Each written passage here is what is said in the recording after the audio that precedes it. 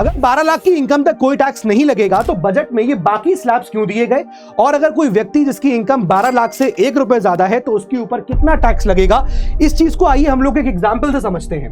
3 case हैं। Case ए, मान लीजिए कोई व्यक्ति है जिसकी इनकम 12,75,000 रुपए है। ये एक सैलरीड क्लास का इंडिविजुअल है, यानी कि उसको स्टैंडर्ड डिडक्शन मिलेगा 75,000 का। उसको माइनस करने पे नेट इनकम आती है 12 लाख रुपए। सरकार कह रही है कि 12 लाख तक कोई टैक्स नहीं लेंगे। केस बी, किसी की इनकम मान लीजिए है 15 लाख रुपए, ये भी सैलरीड क्लास है, स्टैंडर्ड डिडक्शन 75,000 का, नेट इनकम हुई 14,25,000 रुपए। अब सवाल ये है कि क्या इसको 12 लाख तक कोई टैक्स पे नहीं करना है, और क्या 14,25,000 माइनस 12 लाख यानी कि सिर्फ 2,25,000 पे ही टैक्स पे करना है? तो इसका आंसर है नहीं।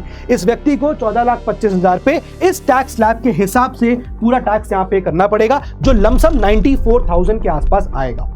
केस सी है, किसी की इनकम मान लीजिए है 12,76,000 रुपए, सैलरीड क्लास है, स्टैंडर्ड डिडक्शन मिलेगा 75,000 का, नेट इनकम हो गई 12,01,000 रुपए। यानी कि यहां पर सिर्फ जो लिमिट थी 12 लाख के जिसपे कोई टैक्स नहीं लगना था, उससे सिर्फ 1,000 रुपए ज्यादा। तो क्या इस व्यक्ति को ये पूरा 12,01,000 पे क्या इस स्लैब से टैक्स पे करना पड़ेगा? जी नहीं। सरकार कहती है कि ऐसे लोगों के साथ अनफेयर ना हो, इसलिए गवर्नमेंट लेके आती है मार्जिनल रिलीफ। यहां गवर्नमेंट कैलकुलेट करेगी पूरा टैक्स 12,01,000 रुपए के हिसाब से, जो कि लगभग 60,150 आएगा। गवर्नमेंट कहेगी कि आप कितना ऊपर है, 1,000 रुपए खाली ऊपर है, तो 60,150 में से माइनस 1,000 यानी कि 59,150 रुपीज का रिलीफ आपको कर दिया जाएगा, और आपको सिर्फ 1,000 रुपए यहां पर देने पड़े। ठीक है।